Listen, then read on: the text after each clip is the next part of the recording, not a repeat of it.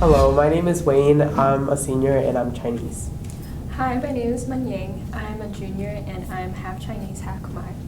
Hey, my name is Chao. I'm a senior and I'm Vietnamese. Hi, my name is Sabira. I'm a sophomore and I'm Bengali. Hi, I'm Ernesto. I'm a senior and I'm Filipino. Hi, my name is Ivy. I'm a sophomore and I'm Chinese. The first statement is, mental health was an occasional topic of discussion in my household.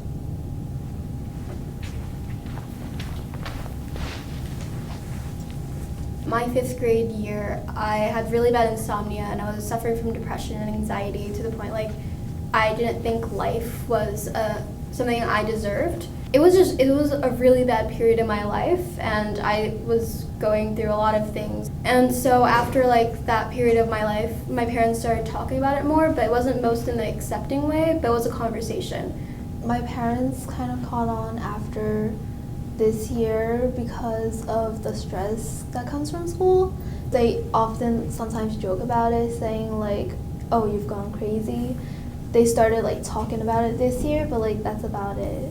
I can definitely agree with you in that sense because like my family has become a little more supportive and like reducing my stress and like helping me in that way, but it's just not spoken about directly.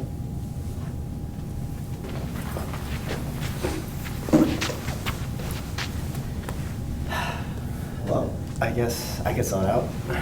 I was raised with a single mother, so she would always go to work and come home and I have an older sister, and she also actually worked full time for me.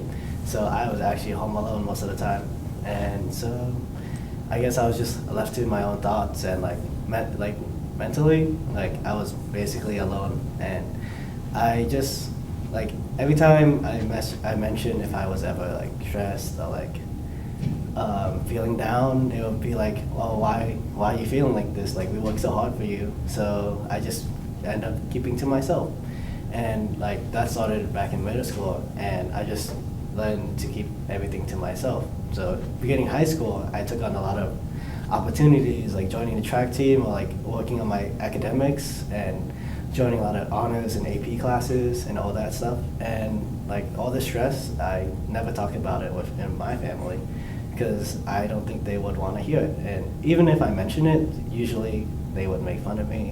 Whenever I'm upset, they're just like, oh, it's just a phase he's going through, or like anything. So I just mostly keep it to myself.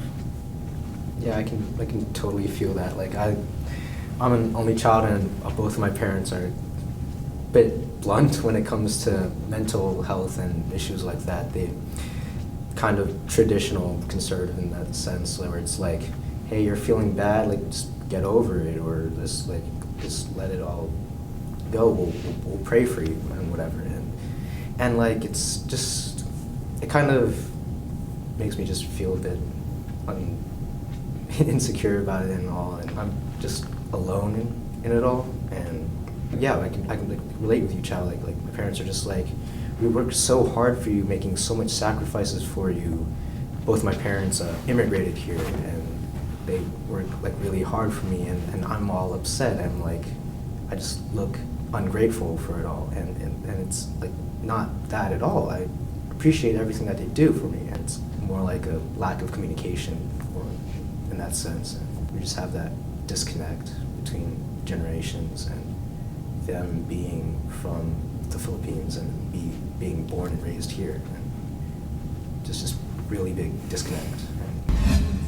The next statement is, the head of my household is a male figure.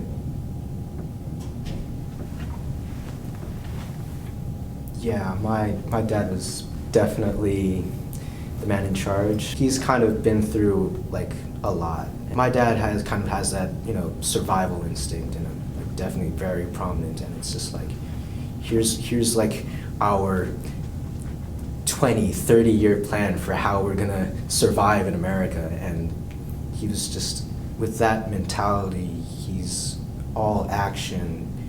We're gonna do this, we're gonna plan ahead and do it all. And kind of my mom was kind of like a little pushed aside, more like stay-at-home mom and everything. And my mom and I kind of just like sit back, and try to give him space, and because we know that he's giving up a lot. Culturally, my parents are from Bangladesh, which in South Asian like culture, it's like very important for like the man to be the head of the house. So the man like was very much the person who kept the family together because my dad had a stepbrother, and he grew up from that and he came here. And like in America, when you get a degree, it's like you can't use it here. It's like invalid. That education that you had makes no sense. And my dad grew up the valedictorian of all of his classes. My dad is the most intelligent man I have ever known. And he took on a job as a jewelry person when he had a degree in engineering. And he took all these jobs for us.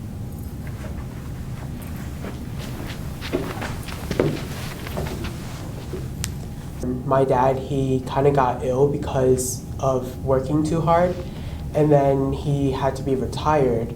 So then after he was retired, my mom, she was still, she worked really hard, and then she was the one making the money while my dad, he was more stay-home dad. He cooked, he kind of cleaned and everything. Any kind of thing that we need to talk about, she kind of stands up, and then she makes the decisions. Even though like me and my mom and my dad both talk it out, she kind of take the majority position.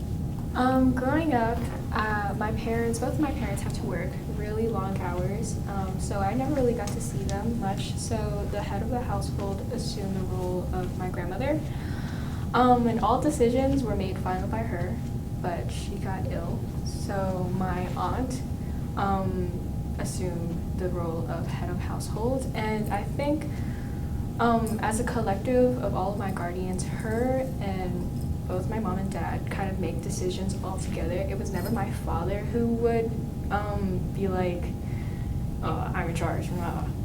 So my mom felt really alone raising her first child, and when she told her relatives that moved to America because of her, and they all lived in the same household, her, my aunt, and my grandmother were like, nah, bro, you can't be in charge of anything after how you treated my mom. So they all really like make decisions collectively. My mom was definitely the head of the house. So my mom recently got a boyfriend and had been dating for like several years. And so he basically just brings home the check for her, and she's a businesswoman herself. And so she makes all the financial decisions and like what are we gonna do in the future. And yeah, it's definitely my mom that took charge.